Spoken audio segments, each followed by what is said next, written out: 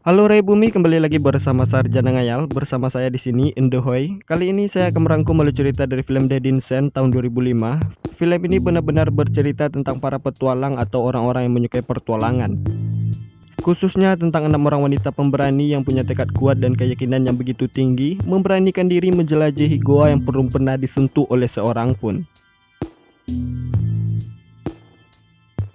Udah, itu aja. Pokoknya ceritanya seru. Malah bengong Bang Sul.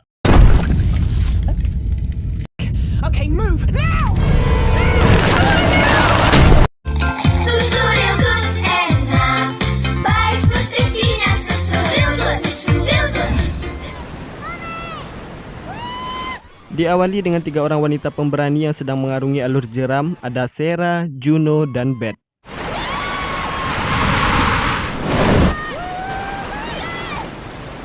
Di tepian, Sarah pun telah ditunggu oleh suaminya Paul dan anaknya Jess. Saat Sarah berpelukan dengan anaknya, di sisi lain kita melihat Paul dan Juno terlihat sedang berbagi tatapan pelakor dan kita pun mencium aroma-aroma perselingkuhan di antara mereka. It's okay, you go on. We can finish up here. You sure? Thanks, guys. I'll see you at the hotel, yeah? Di perjalanan pulang, Paul pun terlihat melamun selama perjalanan. Sarah pun mengajaknya berbincang. Tiba-tiba mobil mereka bertabrakan dengan pengendara lain yang sedang membawa besi baja. Setelah itu, Sarah pun bermimpi tentang anaknya memberikan kue ulang tahun kepadanya dan dia terbangun di rumah sakit sementara suami dan anaknya telah tewas. Sarah terlihat tertekan dan trauma dengan kejadian tersebut. Dia pun mulai berfantasi seolah-olah dia berada di rumah sakit yang kosong.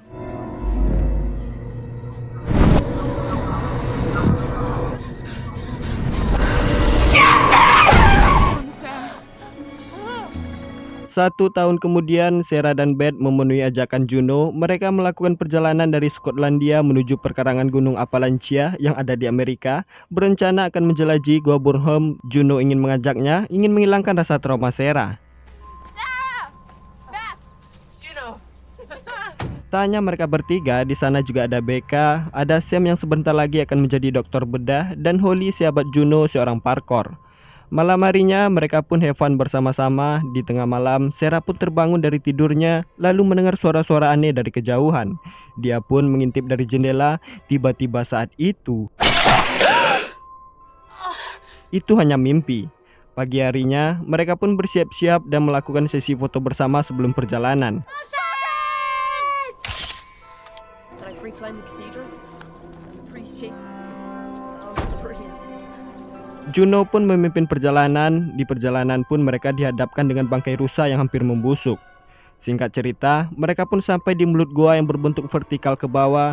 Terlihat sedikit menyeramkan, tapi melihat pemandangan indah yang disuguhkan, mereka pun semakin penasaran dan berhasrat ingin menjelajahinya.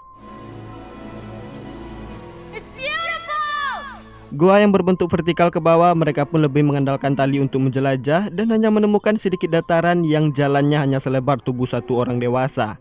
Terlihat semakin pengap dan menyeramkan, tapi keindahan gua itu memiliki keindahan tersendiri yang membuat mereka semakin penasaran.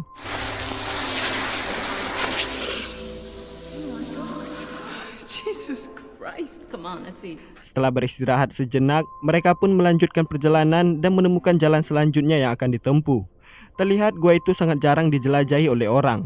Beth pun mulai bertanya kepada Juno. Ini berbeda dari buku panduan yang telah mereka lihat tentang Gua Bornholm. Juno pun mengatakan kadang-kadang buku memang sering salah. Mereka pun terus bergerak dan melewati jalan yang berbentuk lubang yang sangat kecil, di mana mereka harus merangkak satu persatu melewati genangan air karena suasana gua yang semakin lembab.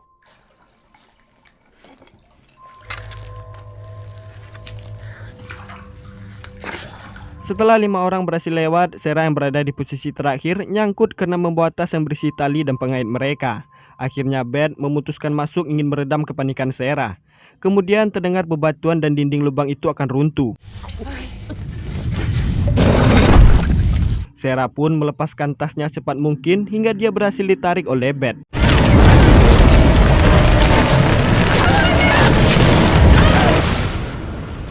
Mereka semua berhasil selamat, tapi poin pentingnya, satu-satunya lubang yang mereka gunakan sebagai akses masuk telah tertutup oleh bebatuan.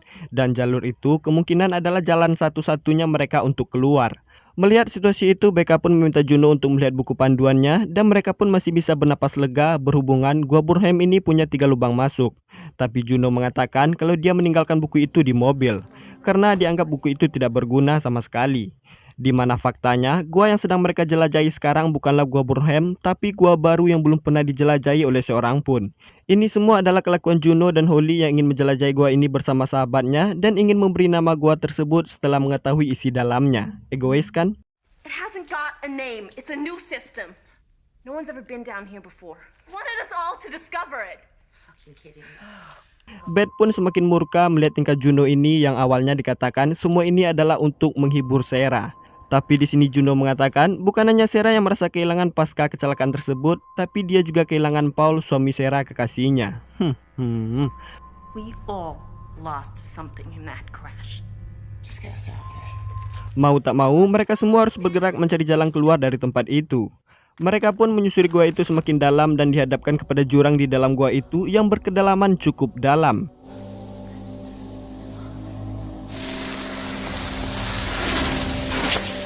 BK pun memberanikan diri untuk menyeberang, memasang pengait yang dimilikinya untuk memasang tali agar mereka semua bisa menyeberang. Berhubungan pengait yang mereka miliki sekarang terbatas karena telah tertimbun bersama reruntuhan sebelumnya, BK pun kehabisan pengait untuk memasang tali. Beruntung di bagian tebing itu, mereka melihat ada satu pengait yang telah terpasang. Itu menandakan ada seseorang juga yang telah menjelajahi gua ini lebih dulu.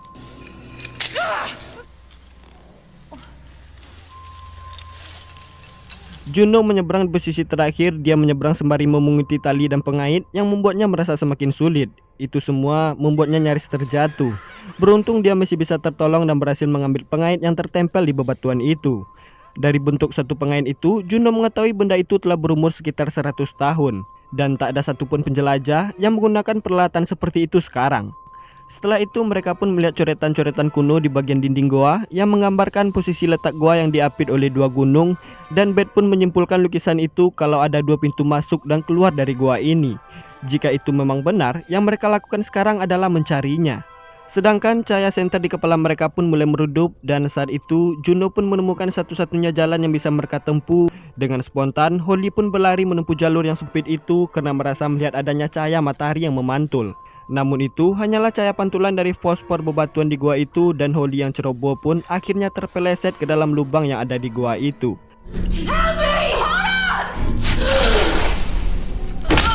Kecelakaan itu pun membuat tulang betis Holly mencongkel keluar. Sam, seorang dokter pun harus kembali menekannya ke dalam tanpa bius sedikit pun agar posisi tulangnya kembali normal. Kemudian membalutnya kembali dengan baju yang mereka miliki. Sedangkan Sarah yang tertinggal di belakang sendirian mulai mendengar suara-suara aneh dan melihat penampakan dari kejauhan makhluk yang berbentuk manusia.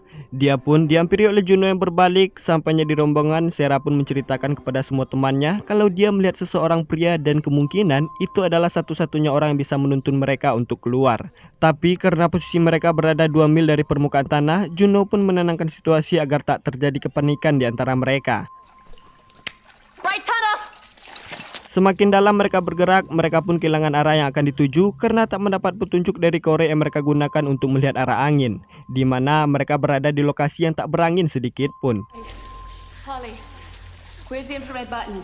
Menggunakan inframerah dari kamera Holly, mereka pun melihat telah berada di lokasi yang terdapat tumpukan tulang hewan yang hampir memenuhi semua ruangan.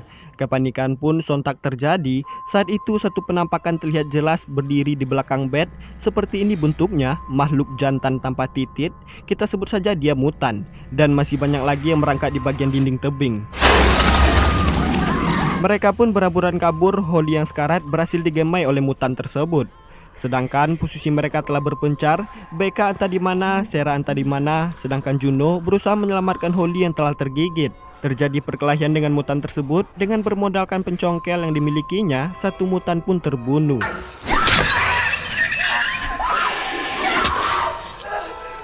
Namun Holly tak tertolong. Di saat rasa panik yang bercampur aduk itu, Juno pun mendengar suara dari belakang, lalu menebaskan pencongkelnya dengan cukup keras dan mendarat tepat di leher Beth, temannya sendiri. Tak punya pilihan lain, Juno pun harus meninggalkan Beth yang sekarat. Di lokasi lain, Sarah berada di antara tengkorak-tengkorak manusia. Dia pun dikagetkan dengan jasad Holly yang jatuh dari atas. Dia hanya bisa menyaksikan betapa menjijikan makhluk itu menyantap jasad Holly. Di lokasi lain, Becca dan Sam bersembunyi di bagian dinding tebing, dihampiri oleh satu mutan yang mengendus-endusnya. Kemudian pergi meninggalkan mereka begitu saja. Dari sini pun kita bisa menyimpulkan kalau makhluk ini tidak bisa melihat dan hanya mengandalkan pendengaran dari suara korbannya seperti kelelawar untuk berburu.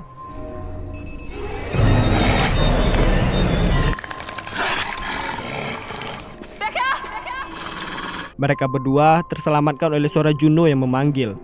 Juno yang bergerak sendirian melihat tanda panah di bagian dinding goa seperti memberi petunjuk jalan keluar. Belum sempat menjelajahi semua petunjuk itu, langkahnya pun dihentikan oleh satu mutan di depannya.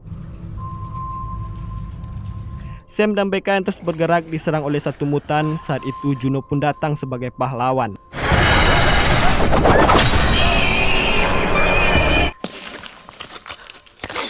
Dari ilmu kedokteran yang dipelajari oleh Sam, mereka pun memberanikan diri mengenali makhluk yang sedang menyerang mereka. Dan memang benar, makhluk itu buta dan hanya menggunakan pendengaran untuk berburu. Masih sulit untuk mengenali awal mula asal makhluk ini, tapi yang jelas, mereka berevolusi bertahan hidup di dalam gelap dan sesekali keluar goa, mencari buruan lalu membawanya ke tempat ini. Salah satunya adalah rusa busuk yang kita lihat di awal tadi. Setelah itu, Juno pun memberitahu mereka berdua kalau dia telah melihat petunjuk tadi. Tapi Juno mengatakan kalau dia belum mau pergi sebelum menemukan Sarah. Ya, walaupun sebagai seorang pelakor, Juno ini tetap setia kepada istri selingkuhannya. Mantap. Sementara Sarah membuat obor dari tulang yang dibalut dengan pakaian Holly, kemudian disiram dengan bahan bakar yang ditemukan dari barang-barang Holly. Saat menyusuri gua itu, dia pun melihat Beth yang masih dalam keadaan sekarat. Sarah pun mengatakan kalau dia akan membawanya mencari Juno. Di sini Beth pun mengatakan Juno lah yang telah melakukan ini kepadanya dan meninggalkannya begitu saja. Kemudian dia pun memberikan kalung Juno yang berhasil digapai kepada Sarah dan mengatakan itu adalah pemberian Paul. Perselingkuhan itu pun diketahui oleh Sarah setelah melihat tulisan mainan kalung itu adalah yel-yel yang sering digunakan Paul semasa hidup. Beth pun meminta agar Sarah mengakhiri hidupnya untuk mengakhiri penyiksaan ini. Saat itu Sarah pun dihampiri oleh satu mutan betina. Dia pun langsung berlari menghindarinya hingga terjatuh ke dalam kubangan darah. Terjadi pergelutan yang sangat mengkepurutkan hingga mutan itu terbunuh. Sarah pun keluar dalam keadaan berlendir. Seekor mutan lagi terpancing ke sana. Sarah pun dengan sigap berkamuflase berdiam diri sehingga mutan itu tak menyadari keberadaannya walaupun telah menginjak kepalanya. Sarah pun tetap tabah untuk diam walaupun mutan itu memuntahkan kepalanya. Saat mutan itu beranjak, Sarah pun menyerangnya dari belakang.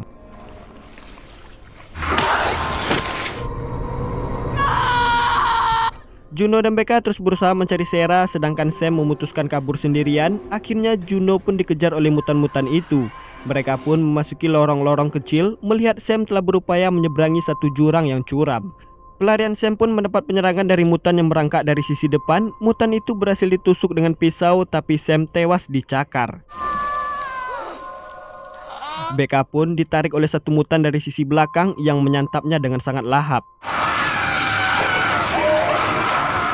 Juno pun memutuskan melompat ke dalam jurang yang berisi air itu, kemudian memanjat bebatuan dan dia pun berhasil bertemu dengan Sarah. Hanya tersisa mereka berdua. Mereka pun mencuri petunjuk-petunjuk sebelumnya, tapi karena banyaknya mutan di lokasi itu, penelusuran mereka pun mendapat penyerangan dari mutan itu. Dan dengan jurus jambak-jambakan yang dikuasai oleh Juno dan Sarah, beberapa mutan di sana berhasil dikebumikan.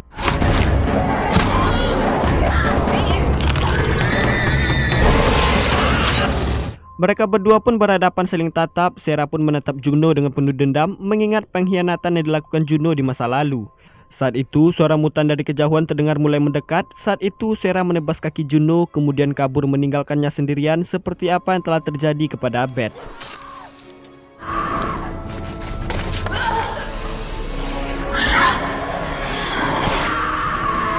Sarah yang berlari sendirian terpeleset terjatuh ke lokasi yang lebih rendah, di mana dia langsung disinari oleh cahaya matahari dari luar. Sarah merangkak menuju atas, sungguh sebuah keberuntungan, dia pun berhasil keluar di bawah akar pohon. Secepat mungkin Sarah tancap gas, ngew hingga standing. Setelah berjarak cukup jauh, Sarah pun berhenti, muntah mengeluarkan muntah yang sama persis seperti muntah mutan yang mengenai kepalanya. Di dalam mobil, dia pun dikagetkan oleh penampakan Juno yang menghantuinya. Sarah terbangun saat dimana ia berdiam dan dimutakan oleh mutan sebelumnya. Kemudian dia berfantasi anaknya Jess memberikan kue ulang tahun kepadanya. Suara mutan-mutan pun terdengar semakin dekat dan cerita pun berakhir.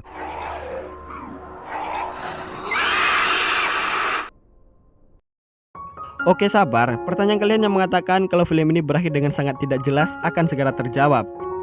Jadi kenyataannya saat Sarah berdiam diri di batu ini, dia tak pernah benar-benar sadar lagi karena merasa putus asa. Dan apa yang dilakukan kepada Juno itu hanyalah sebuah fantasi dari pemikiran kosongnya. Sedangkan kejadian yang daripada itu semuanya nyata, Holly, Beth, Sam dan Becca tewas dengan cara yang kita lihat sebelumnya. Dan pelarian yang dirasakan oleh Sarah hanyalah sebuah fantasi di mana saat dia terbangun dia masih berada dalam gua tersebut. Sedangkan kejelasan untuk Juno pastinya dia tuh sudah mati is dead.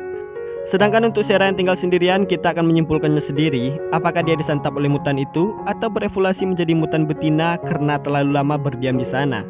Ayo, coba tebak jadi apa? Oke, terima kasih telah menonton dan sampai jumpa di video selanjutnya.